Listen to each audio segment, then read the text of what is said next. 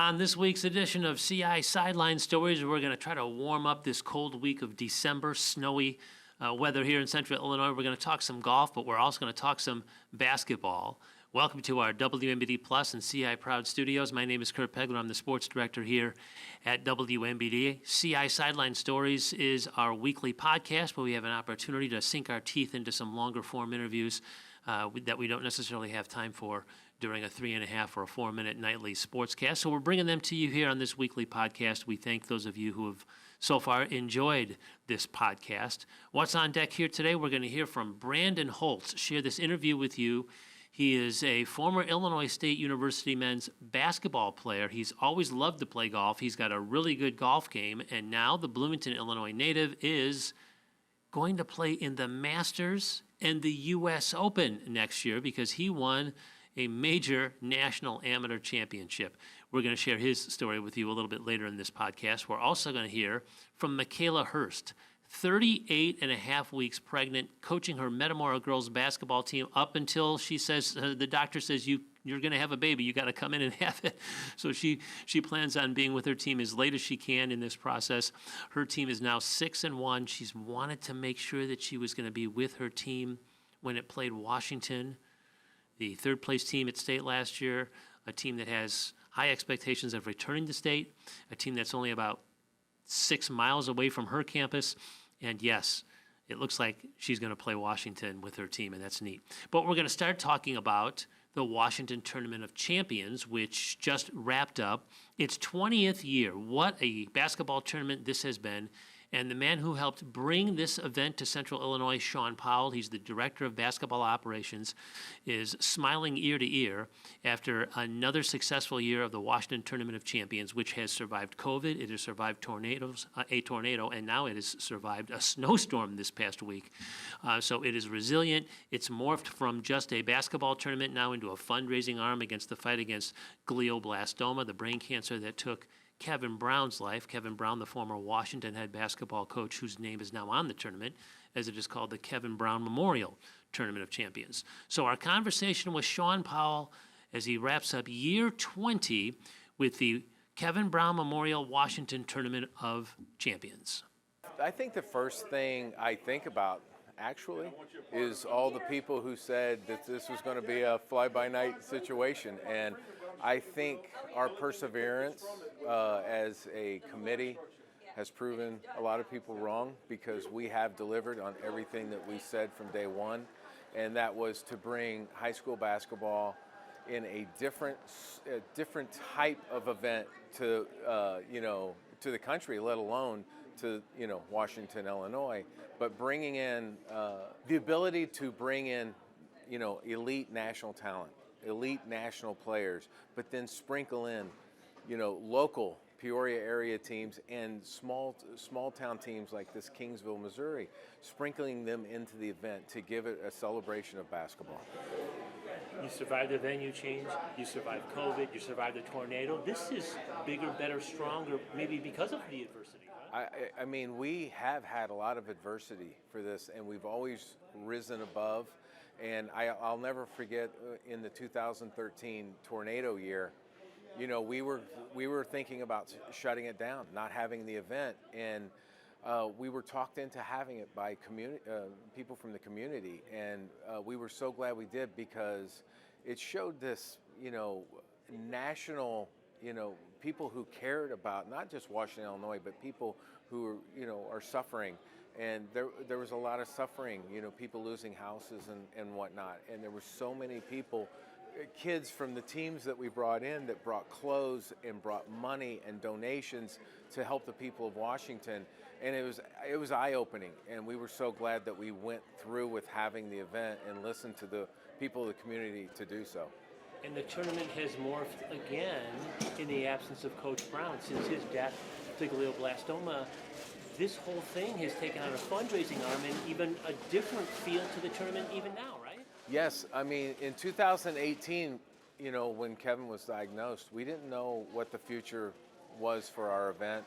And, Eric Schermerhorn and built a great committee that put 100% effort into, to not only honoring Kevin through, by naming the event, but joining forces with Jody Brown to create the KB Strong Foundation. And it breathed life into not only the event, but the event is now breathing life and helping out the KB Strong Foundation. So it works, we're working together for the greater good, and for, it's like bigger than basketball. I mean, it's always been bigger than basketball for me, but this is exactly where we need to be. And you've brought future NBA players in here. You've brought top 100 teams in here. I mean, give us maybe, you probably don't want to give us the best team and the best player, but who are some of the best ones that you've seen here? Well, if you think about, our event, we've seen 52 state champions play in this event in 20 years. We have seen over 70 NBA players play in this event, and we've also had over 800 Division I basketball players play in our tournament. I don't think there's not a state tournament or another tournament in Illinois. You can add up every player that's ever played, and it doesn't touch what we've done in 20 years. But Zion Williamson and Hansel Emmanuel probably, for me, are the two buzzworthy guys that people are still talking about. Is that fair to say they might be the top two? I would say that is true. I would say the three things that I hear the most are Hansel Emmanuel, Zion Williamson, and the Dora basketball team from 2019. They were a small school, 90 kids, Southern Missouri, and they had the triplets, and the way they played was just mesmerizing. And I think those are the three things that I hear the most from people when they reminisce about the talent. I mean, we had Anthony Davis, Andrew Wiggins, Tyler Hero, DeAndre Jordan, all these NBA All-Stars. But it's amazing to think that the three memories are Dora, Hansel, Zion. Makes you feel proud, doesn't it? Yeah, I mean, it makes me feel like I accomplished what I set out to do, and I couldn't have done it without the committee, without the people who've been involved, without you, without different people that have always been, behind us and pushed us forward and helped push us forward. And without those people, this would have never happened. But to know that we had a plan, and we executed, and this is what we have now. It's a celebration of basketball. And literally, the week that this thing ends, you start thinking about next year, because the next 12 months when you're traveling and you're meeting people, you're talking about Washington, Illinois, Thanksgiving week, and you're already thinking about the next one. We have 12 teams already locked in for 2026. So you have to work that far in advance. Now, one of the toughest things that we're facing now, or I'm facing as the director of basketball operations, is the transfer portal. And I have an A-plus group, every May, and then they start transferring, and so you have to replace. So you always have to be on top of things, always have to be 2 steps ahead of what's going on. You have to forecast, you have to be able to say, okay, is this a team that would not, that may not be able to do this because of a transfer? Or you look at teams do they have a good football program, and how many of these kids are playing on that football program? There's so many things to weigh in. You have to weigh in to be able to make the decisions you do to bring the teams you. And you're trying to keep this fresh. You added a girls' game last year. The girls' game this year was fabulous. I mean, you're probably trying to already think about that too, right? Yeah, I mean, instituting the girls' basketball game last year was something that we had talked about for 3 or 4 years. But Avery Tibbs, who has been such a hard worker and such a fan of the tournament champions, we could not keep her out of this. But then, the rest of the girls just kept getting better with her, and it was like, we have to have them in here. And now it's, every year we'll have a girls game every year. Yeah, that's our conversation with Shawn Powell, the tournament director, the tournament director of basketball operations now, 20 years going strong with the Kevin Brown Memorial Tournament of Champions. And his last thought there, the Washington girls have played 2 times now in that Tournament of Champions, once last year against Notre Dame and once then again this year against a team from Waukee, Iowa. Both those games were fantastic. And so now this boys tournament has included these girls games, and that's opened up a whole nother avenue of so much fun to watch. It's just been a great tournament. So year 21 is next year, and as he said, they've already got 12 commitments, and they're already looking at the calendar for next year. We're going to take a quick break here. When we come back, Michaela Hurst, the very pregnant head girls basketball coach at Metamora High School, will join us and tell us about this sweet story that she's got with her team as she approaches her due date, which is next week. That's up next when CI Sideline Stories continues.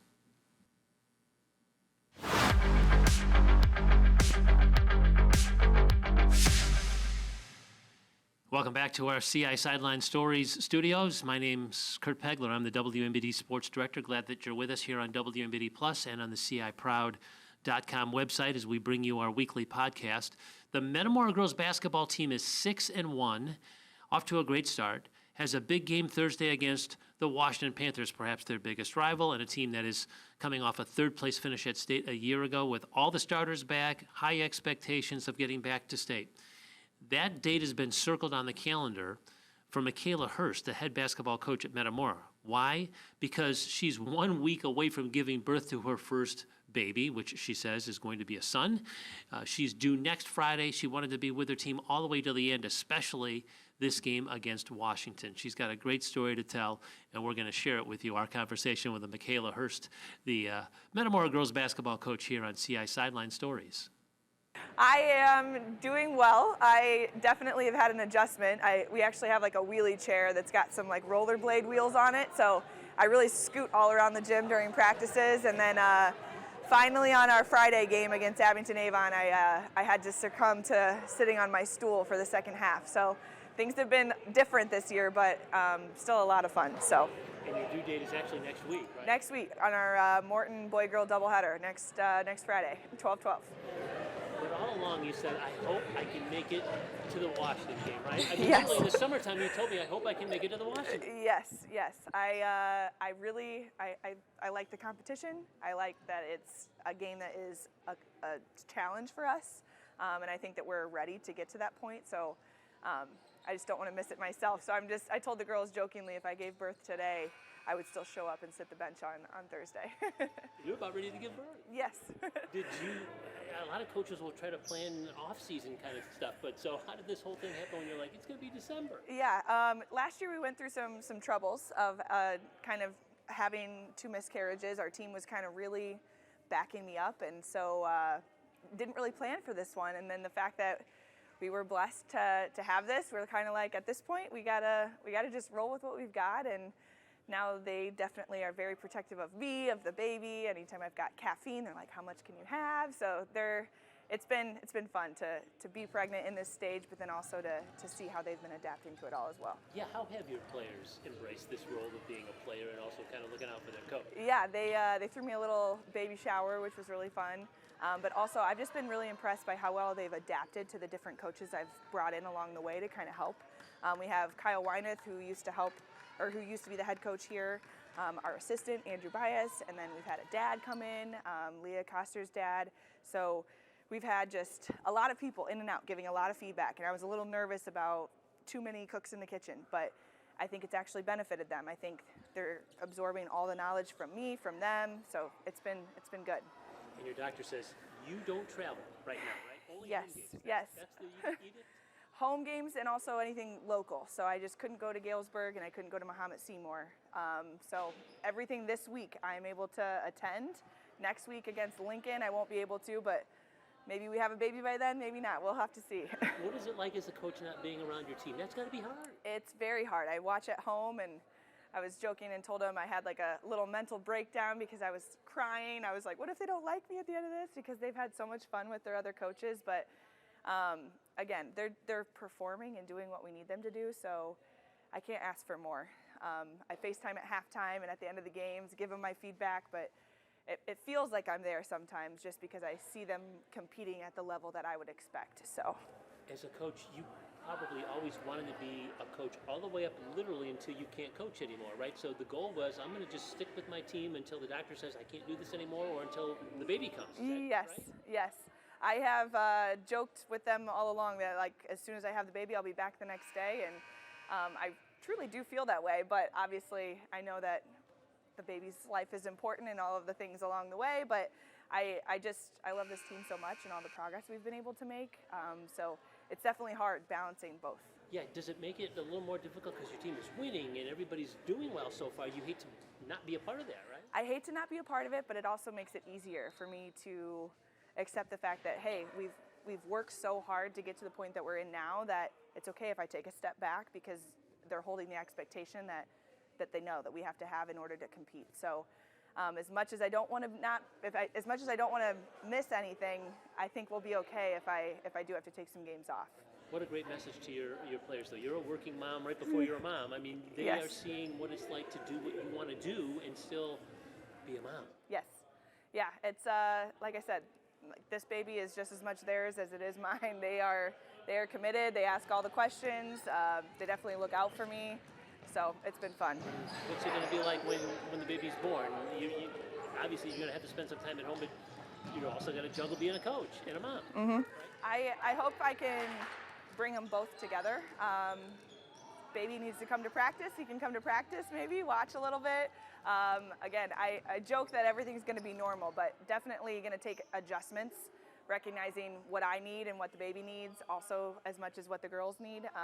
But just for me, trusting in my assistants, knowing that they've got what we need to do, and trusting in the girls that they're going to compete at a high level even if I'm not here. Years from now, when you look back at this, what are you going to remember about this season and the way it's started for you? How crazy I am. I think it's been fun though. It's been definitely a story that I'm going to be able to tell, is that I've coached up until the end until I can't coach anymore. So I think it's an accomplishment, if anything. I think it's something fun to look back at in the pictures that I've gotten of my belly on the sidelines and all the accommodations of my stools and all the things. So I think it'll be fun. What a sweet story that Michaela Hurst shares with not only us, but she's sharing it with her players, her past pregnancy ups and downs, and this current one too. And she is a working mom, literally all the way up until being a mom for the first time. What a great story. So we wish her the best, and we hope that she has a healthy baby and a wonderful delivery here the next couple of days. All right, we're going to take another time out here. When we come back, we're going to talk some golf, hopefully warm things up because it's been very cold in central Illinois. Brandon Holtz, the former Illinois State basketball player, is a really good golfer. In fact, he's a national champion of a tournament that is now going to invite him to the U.S. Open and the Masters. He's not going to watch. He's in the field to play. That story when CI Sideline Stories continues.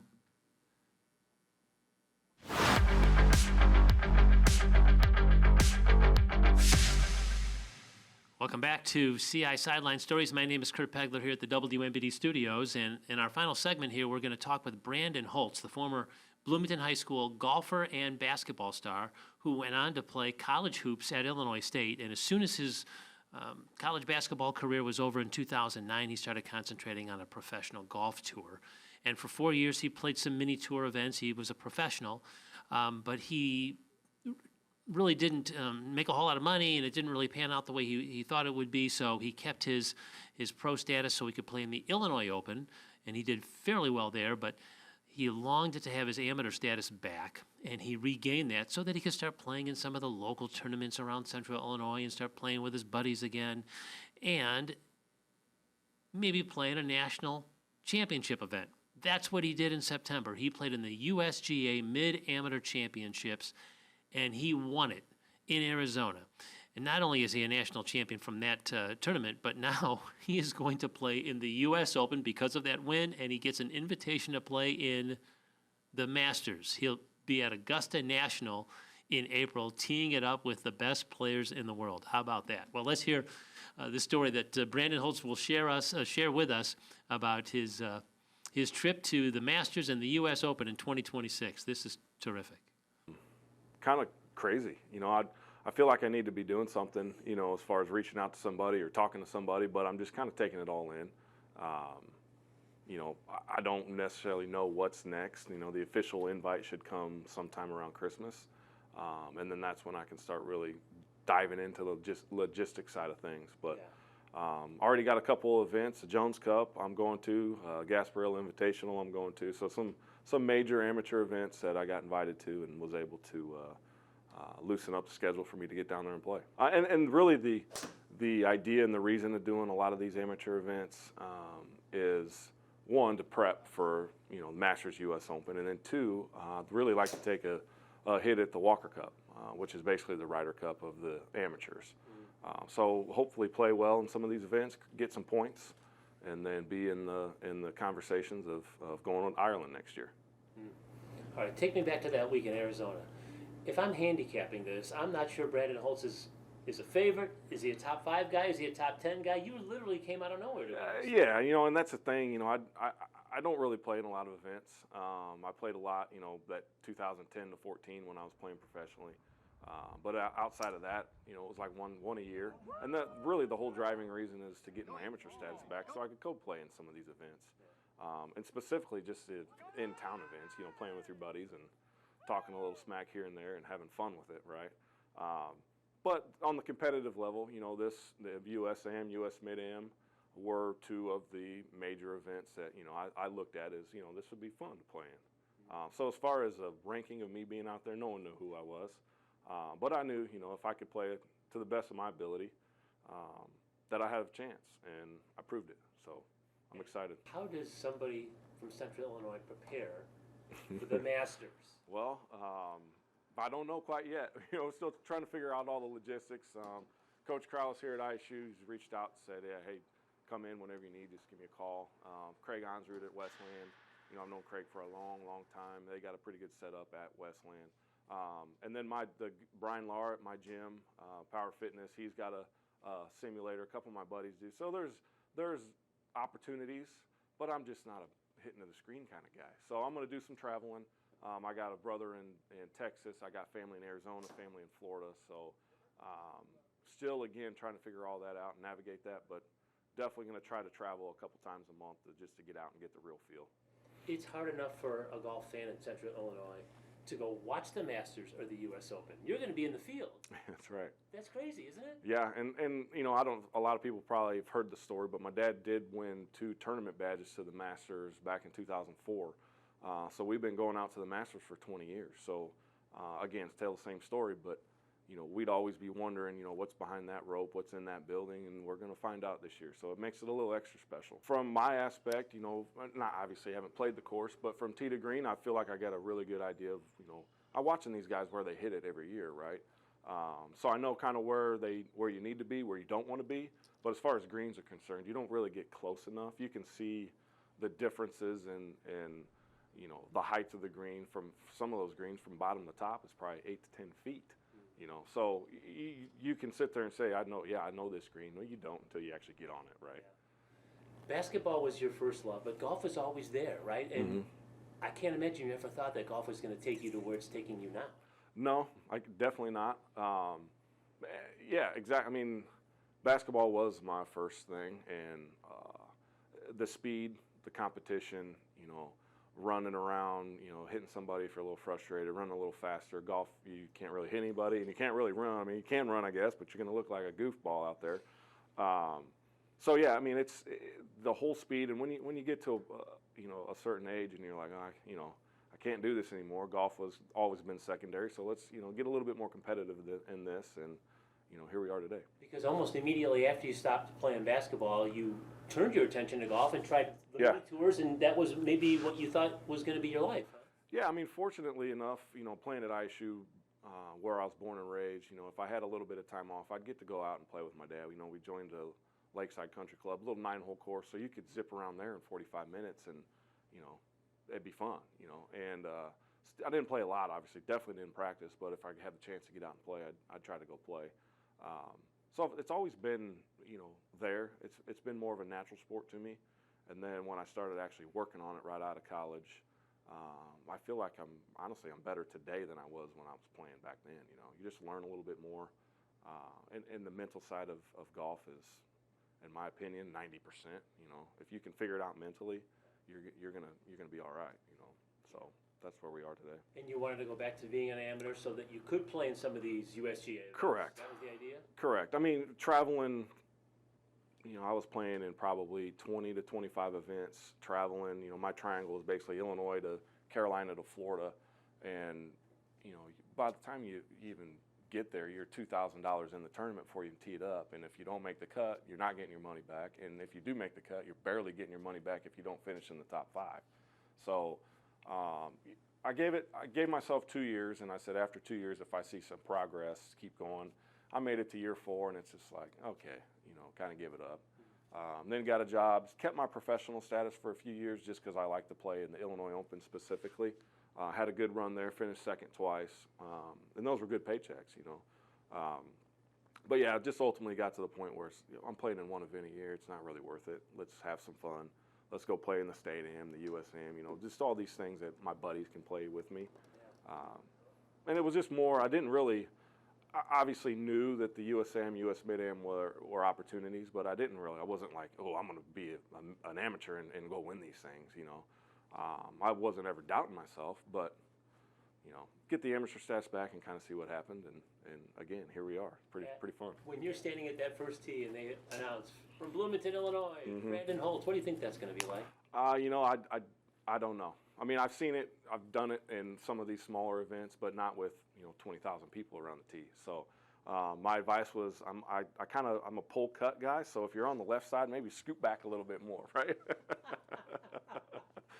This is fun, though, isn't it? I mean, I love your attitude about this. You're not going to try to go out there and play golf 5 days a week and win championships. This is a dream. Yeah. That you're living out. Big time, big time. I mean, I'm just like everybody else, living the ordinary life. Go to job. You got a job, go to work. Got kids, got a family. Go to work, come home, take care of the kids. If you can play golf, you can play golf. So it's fun, and I think really it takes a lot of the pressure off too. And just taking it one shot at a time. That's been kind of my motto personally, because golf's hard, right? And you start thinking about more than what just that shot is, and then you're going to get yourself in trouble, So, yeah, I'm looking forward to that first tee, seeing what that, feeling what that is. But you can't really explain what it is until you've been there. So, I'm anxious. I'm ready. I don't know if I'm ready, but I feel like I'm ready. We'll see when we get there. Yeah, what a great story. I hope he is ready. And we're going to have somebody from Central Illinois playing in the Masters and the U.S. Open next year. That's wonderful. And a special thanks to Illinois State men's golf coach Ray Kralis, who opened up his facilities for us to do that interview last week. Well, we hope you've enjoyed this week's edition of CI Sideline Stories as much as we've enjoyed bringing it to you. We'll be back next week on our weekly podcast here on the WMBD Plus app and on CIProud.com.